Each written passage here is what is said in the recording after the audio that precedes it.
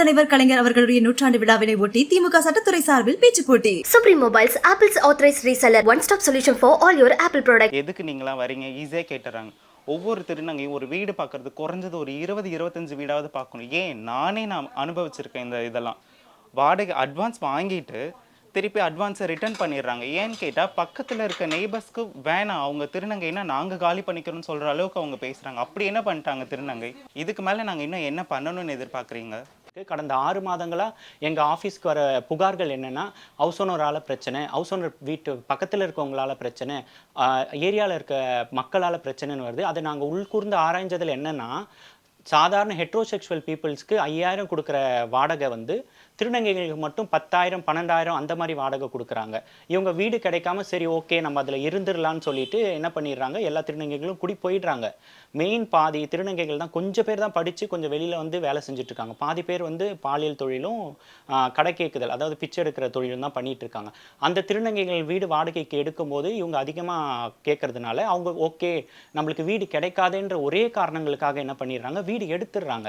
எடுத்துட்ட பிறகு அவங்களோட மைனஸ் ஹவுஸ் ஓனர்ஸும் சரி அதை சுற்றி இருக்க மக்களும் சரி புரிஞ்சுக்கிட்டு என்ன பண்ணுறாங்கன்னா, 3 ரூபா 4 ரூபா யூனிட் வாங்குற இடங்களில் 12 ரூபா 15 ரூபா அந்த மாதிரி விஷயங்கள் பண்ணுறது. எங்கள் மக்களுக்கு தொடர்ந்து வீடுன்றது ஒரு ரொம்ப பிரச்சனையாக இருக்குது. ஸோ அது சம்மந்தமாக நாங்களும் அந்த பகுதியில் இருக்கிற காவல் நிலையத்தில் போய் அந்த போலீஸ்கிட்ட எல்லாம் நாங்கள் பேசி அவங்களுக்கு ஃபேவர் பண்ணுறதுக்காக நாங்கள் கேட்டுட்ருக்குறோம். இது மட்டும் இல்லை, அவங்களுக்கு வந்து தொடர்ந்து பிரச்சனைகள் இவங்க மூலியமாக மட்டும் இல்லாமல், வாடகைக்கு வீடு கொடுக்குறவங்க மூலமாக மட்டும் இல்லாமல் அவங்கள சேர்ந்தவங்களாலையும் நிறைய ப்ராப்ளம் வந்துக்கிட்டே தான் இருக்குது. அந்த வீட்டுக்கு சம்மந்தமே இல்லாத பர்சன்ஸ் வந்து நான் தான் அந்த வீட்டுக்கு உரிமையாளர்னு சொல்லிட்டு அவங்கள வந்து அவதூறாக பேசுகிறதும், அதை சப்போர்ட் பண்ண போகிற திருநங்கைகளை வந்து இவங்களெல்லாம் வச்சுட்டு நீங்கள் இந்த மாதிரி வந்து வீடை வந்து ப்ராப்ளம் பண்ணுறீங்களா, உங்களுக்கு இவங்க தான் சப்போர்ட் பண்ணுறாங்களா அப்படின்னு சொல்லிட்டு இன்னமும் எங்கள் சமுதாயத்தை இதுக்கு முன்னாடி பேசின கொச்சை சொற்களால் 9 அலி உஸ்ஸு இந்த மாதிரி வார்த்தைகளை சொல்லி ரொம்ப அவதூறாக பேசுகிறாங்க.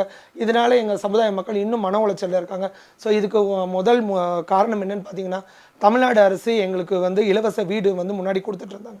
இப்போ பார்த்தீங்கன்னா அது இல்லாத பட்சத்தில் நாங்கள் வந்து கிடைக்கிற இடங்கள்ல நாங்கள் இப்போதைக்கு போயிட்டுருக்குறோம். இந்த மாதிரி நான் வீடு போகும்போது இவ்வளோ அட்வான்ஸ் 2 லட்ச ரூபாய் அட்வான்ஸ் கொடுத்துருந்தேன். அவங்க வந்து இப்போ வந்து மழையின் காரணமாக ஒழுகுதுனால அந்த பால் சீலிங் கீழே விழுந்ததுன்னா இயற்கை சீட்டத்தில் அவங்க 70,000 என்னை கேட்டுட்ருக்காங்க. நான் கொடுக்க மாட்டேன்னு சொல்லிவிட்டு பெயிண்ட்டுக்கின்ட்டு எல்லாத்துக்குமே 70,000 6 மாதம் ஆயிடுச்சு. நான் சொல்லி 6 மாதம் ஆயிடுச்சு. ஸ்டேஷன்லேயும் கம்ப்ளைண்ட் கொடுத்துட்டேன். இதுக்கப்புறம் அவங்க நடவடிக்கையே எடுக்கலை. இன்னும் 3 மாதம் ட்ரை பண்ணி கேட்குறாங்க. நான் எவ்வளோ கஷ்டப்பட்டு அந்த காசை சம்பாரிச்சிருப்பேன்னு எனக்கு தான் தெரியும். ஒரு நாளும் ஒரு ரோடும் அலைஞ்சு திரிஞ்சு சம்பாரிச்சது தான். அதில் 70,000 பிடிச்சிக்கிறாங்கன்னா எனக்கு கஷ்டமாக இருக்குது கொஞ்சம். அது வந்து அவங்க வந்து பேசுனா ரூடாக பேசுகிறாங்க. அங்கே இருக்கிற ரவுடி பசங்களை வச்சு பேச வைக்கிறாங்க. எல்லாமே அவங்க தான் பண்ணிகிட்ருக்காங்க. நான் வந்து இப்போ ரீசெண்டாக நடந்த விஷயம் ஒன்று மட்டும் நான் சொல்லணும்னு விரும்புகிறேன். எனக்கு ஸ்வாத்தின்னு ஒரு என் பொண்ணு தெரியும். அவள் வந்து வீடு கேட்டேன் என்கிட்ட. ஸோ நான் வந்து ஒரு இடத்துல இங்கே பக்கத்து தெருவில் தான் வீடு பார்த்து வச்சேன். அங்கே இப்போ தான் நியூவாக வீடு கட்டிருக்காங்க. அங்கே மேலே வந்து ஒரு டெனண்ட் இருக்காங்க, கீழே வந்துட்டு 2 வீடு காலையில் இருந்துச்சு. ஒரே ஒரு ரூம் மட்டும்தான். அந்த ரூம் பக்கத்தில் ஒரு சின்ன ஹால் மாதிரி, அதில் ஒரு கிச்சனு. அது 10,000 சொல்லாங்க. ஏன்னா அவளுக்கு வந்து வீடு எங்கேயும் கிடைக்கல. அவளுக்குமே கிடைக்காத பட்ஜெட்டில் அவள் அந்த வீட்டுக்கு போகிறேன்னு சொல்லி ஒத்துக்கினான். நான் போனப்பே சொல்லிட்டா 2 பேர் நாங்கள் இருக்க போகிறோன்னுட்டு. சரி ஓகேன்ட்டு அந்த ஹவுஸ் ஓனரும் கொடுத்துட்டாங்க, வீடு கொடுத்துட்டாங்க. பக்கத்தில் வந்து ஒரு 2 லேடி ஒரு கேரளா எங்கே வந்திருக்காங்க, ஒரு பாய் இருக்காங்க, பேச்சுலர் மாதிரி இருக்காங்க. அவங்க வீட்டில் நிறைய பேர் வருவாங்க போவாங்க. நிறையா வந்து அன்டைம் கூட பார்க்க மாட்டாங்க. நிறைய ஜென்ஸ் எல்லாம் வந்து போயின்னு இருந்தாங்க. அப்போ நான் ஒரு நாள் அந்த பாப்பா கூப்பிட்டு கேட்டேன், பாப்பா உங்கள் வீட்டில் இவ்வளோ பேர் வராங்க, என்னன்னு தெரில, நாளைக்கு உங்கள் பேர் கெட்டு போயிட போகுது. ஏன்னா திருநங்கைனாலே முதல் எடுத்த பார்வை என்ன, இதுதான் இவங்க இந்த தொழில் தான் பண்ணுறாங்க, இவங்க இதுக்கு தான் போகிறாங்க, இதுதான் சொல்கிறாங்க. ஸோ நான் உன் பேர் கெட்டு போயிடக்கூடாது பாப்பா, அந்த இடத்துல நீ வந்து சொல்லிவிடு ஹவுஸ் ஓனர்னு நான் சொல்ல. அப்போ நான் என்ன பண்ணேன், சரி நம்ம வந்து சொல்ல யாரும் நம்ப மாட்டாங்க. ஸோ நீ ப்ரூஃபோட சொல்லு பாப்பானதுக்கு அவள் ஜன்னலில் நிறுத்தி வீடியோ பிடிச்சி ஒரு 4 வீடியோ பிடிச்சிட்டு ஹவுஸ் ஓனர் காட்டினான். இந்த மாதிரி அங்கிள் இவங்க வீட்டுக்கு நிறைய பேர் போகிறாங்க அங்கிள் அப்படி இப்படின்னு சொல்லி காட்டுறதுக்கு அப்படியம்மா சரி நான் கேட்கலான்ட்டு நாங்கள் போய் நேராக போய் பிடிச்சோம். 2 லேடிஸ் வச்சுட்டு அந்த ஆள் வந்துட்டு செக்ஸ் ஒர்க் நடத்தினிருந்த போல். அப்போ நம்ம கையோட பிடிச்சி அந்த ஹவுஸ் ஓனர் ஒப்படைச்சதுக்கு, ஆமாம் நாங்கள் இந்த மாதிரி பண்ணிட்டோம், தப்பு தான் அப்படி இப்படின்ட்டு அவங்க காலி பண்ணிட்டு போயிட்டாங்க. காலி பண்ணிட்டு போயிட்டு இது 2வது நாளே நீங்களும் காலி பண்ணுன்னு சொல்கிறாங்க. ஏங்க நாங்கள் காலி பண்ணணும், நாங்கள் வீட்டில் இருக்கிறோம், நாங்கள் ஒரு ஃபேமிலி மாதிரி தான் இந்த வீட்டில் இருக்கோம், நாங்கள் ஏன் காலி பண்ணணும்னு கேட்டதுக்கு, இல்லைம்மா நீங்கள் வீட்டில் ஒருத்தவங்க தான் சொல்லி தான் வந்தீங்க, இன்றைக்கி 2 பேர் இருக்கீங்க, இப்படிலாம் இருக்கக்கூடாது, நீங்கள் காலி பண்ணிக்கோங்கன்றாங்க. இது எனக்கு புரியல. இதே வந்து ஒருத்தவங்க பண்ணால் அதை மன்னிச்சு விட்டுடுறீங்க. அதே திருநங்கை எங்கள் வீட்டில் ஒரு தம்பி ஆகட்டும், அண்ணாவே ஆகட்டும், யாருமே எங்களுக்கு ரிலேஷன்ஷிப் இருக்காதா? அவங்க வீட்டுக்கு வரக்கூடாதா?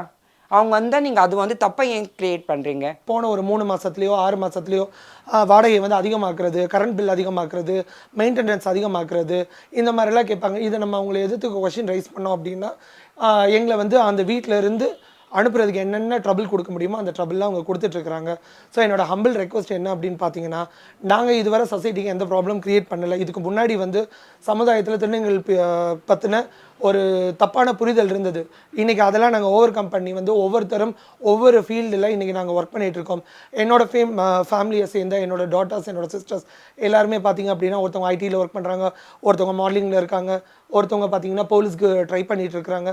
ஸோ இந்த மாதிரிலாம் நாங்கள் எங்கள் கம்யூனிட்டியில் நாங்கள் ரொம்ப முன்னேறி போயிட்டுருக்கும்போது சொசைட்டி மட்டும் இல்லாமல் நாங்கள் வீடு குடியிருக்கிற இடத்துலையும் எங்களுக்கு இந்த மாதிரி பிரச்சனை இருக்கும்போது எங்களோட வேலைகளில் எங்களால் வந்து கான்சன்ட்ரேட் பண்ணி ஒர்க் பண்ண முடியல. இன்னொரு விஷயம் என்னன்னு பார்த்தீங்க அப்படின்னா, ஒரு திருநங்கை அப்படின்றதுனால நாங்கள் பிறந்து வளர்ந்த வீட்டிலே வந்து எங்களை வந்து ஒதுக்குறதுனால நாங்கள் வீட்டை விட்டு வெளியில் வந்து படாத கஷ்டங்கள் பட்டு இன்றைக்கி சொசைட்டியில் நாங்கள் முன்னேறிட்டு வந்துட்டுருக்குறோம். ஸோ எங்களுக்கு ப்ராப்பரான ஒரு இடம், ஷெல்டர் ஒன்று வந்து ரொம்ப முக்கியமான ஒரு விஷயம். ஸோ அது எங்களுக்கு வந்து பேசிக்கான ஒரு விஷயம். அதுவே எங்களுக்கு நிறைய ப்ராப்ளம் ஆகிட்டு இருக்குது. ஸோ இவங்க இந்த மாதிரி ப்ராப்ளம் எங்களுக்கு கொடுக்கும்போது நிறைய மன உளைச்சல் ஆளாகிறோம். வாடகை அதிகமாக, அட்வான்ஸ் அதிகமாக கேட்டு வாங்கிக்கிறாங்க. கேட்டு வாங்கிட்டாலும் ரிட்டர்ன் கொடுக்க மாட்டாங்க. இப்போ நான் போகும்போது ஒரு 2 லட்சம் கொடுத்தேன், திருப்பி 2 லட்சம் 50,000 கேட்டாங்க. நான் 50,000 தரமாட்டேன், ஒரு 20,000 தரேன்ட்டு எக்ஸ்ட்ரா 20,000 கொடுத்தேன். திருநங்கைன்னா அட்வான்ஸும் அதிகமாக கேட்குறாங்க, திருப்பி கேட்டால் காசு கொடுக்க மாட்டாங்க. இது பண்ண, அது பண்ண, இது பண்ண, அங்கே எது பண்ண, பீச் ஹவுஸ்க்கே, பீச் வீட்டுக்கே அவங்க அவ்வளோ அதிகமாக கேட்குறாங்க. இப்போ எல்லாமே ரெடி பண்ணி தர சொல்லி எனக்கு 35,000க்கு பத்திரம் எழுதி கொடுத்துருக்காங்க. 35,000 செலவு பண்ணுறேன்னு சொன்னதுக்கு பத்திரம் எழுதி கொடுத்துருக்காங்க இன்றைக்கி. இது வந்து இன்னும் 3 மாதம், ஜனவரி 25ஆம் தேதி தரேன்னு சொல்லியிருக்காங்க. நான் அதுக்குள்ளே அந்த வீட்டை நான் ரெடி பண்ணி கொடுத்தா தான் அவங்களுக்கு வந்து காசு தருவேன்னாங்க. இல்லைன்னா 70,000 கேட்குறாங்க. இதெல்லாம் எங்கேருந்து போய் நான் கேட்குறதுன்னு தெரியல. இப்போ ஸ்டேஷன்லேயும் கம்ப்ளைண்ட் கொடுத்துருக்கேன், கம்ப்ளைண்ட்டும் எதுவும் ரெஸ்பான்ஸ் கிடையாது. போலீஸ்காரங்களும் அதுவும் எடுக்க மாட்டாங்க. எங்களுக்கு ஏற்கனவே கம்ப்ளைண்ட் கொடுத்து இதுவும் இருக்குது, காப்பியும் இருக்குது. நான் கம்ப்ளைண்ட் கொடுத்து சிஎஸ்ஆரும் இன்னும் வரல. எனக்கு ஒரு வீடு கிடைக்கணும்னா அவங்க குறைஞ்சது ஒரு 10-20 வீடாவது பார்க்கணும். எனக்கும் அதே மாதிரி தான் நடந்திருக்கு.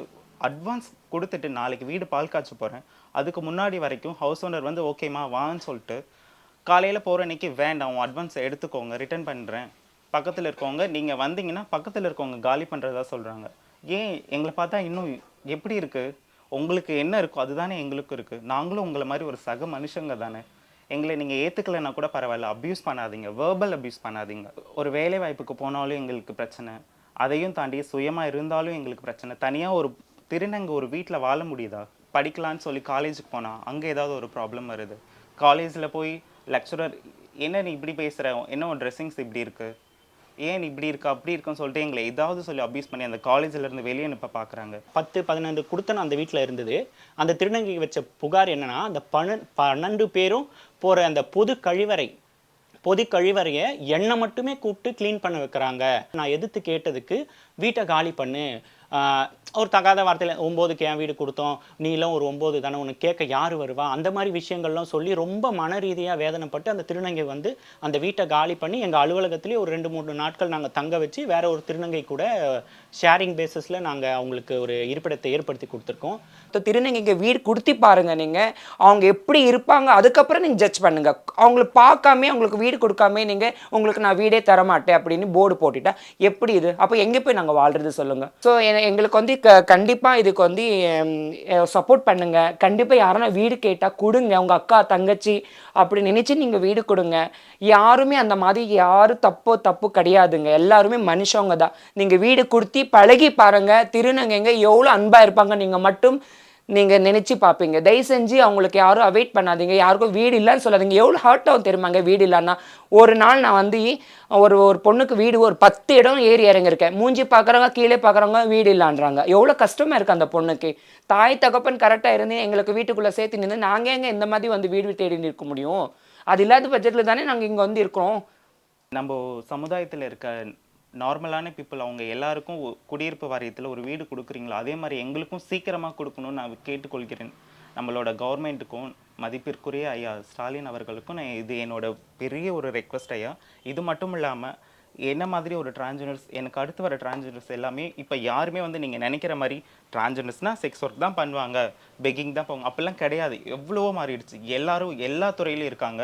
தமிழ்நாடு அரசுக்கு வைக்கிற ஒரே கோரிக்கை என்னன்னா, இப்போ இருக்க திருநங்கைகளுக்கு இருப்பிடம் இல்லாமல் ரொம்ப கஷ்டப்படுறாங்க. வாடகை அதிகமாக இருக்குது, தண்ணி பிரச்சனையாக இருக்குது. மெயின் திங் பாதுகாப்பு ரீதியாக நிறைய பிரச்சனைகள் வருது. ஒரு கூட்டு குடும்பமாக இருக்கிற இடத்துல ஒரு கூட்டாக இருக்கிற ஒரு அப்பார்ட்மெண்ட்னே வச்சுக்கோங்களேன். அந்த இடத்துல ஒரு திருநங்கை இருக்காங்கன்னா அதில் 10 விதமான மக்கள் இருப்பாங்க. அந்த 10 விதமான மக்கள் வீட்டுக்கும் யார் வந்து போனாலும் அது ஒரே கண் பார்வை அவங்களுக்கு என்ன வந்துடுது, திருநங்கை வீட்டுக்கு மட்டும்தான் வந்துட்டு போகிறாங்க. அந்த மாதிரி விஷயங்கள் வருது. திருநங்கைகளுக்கு அண்ணன் இருக்க மாட்டாங்களா, தம்பி இருக்க மாட்டாங்களா, அப்பா இருக்க மாட்டாங்களா, சித்தப்பா இருக்க மாட்டாங்களா?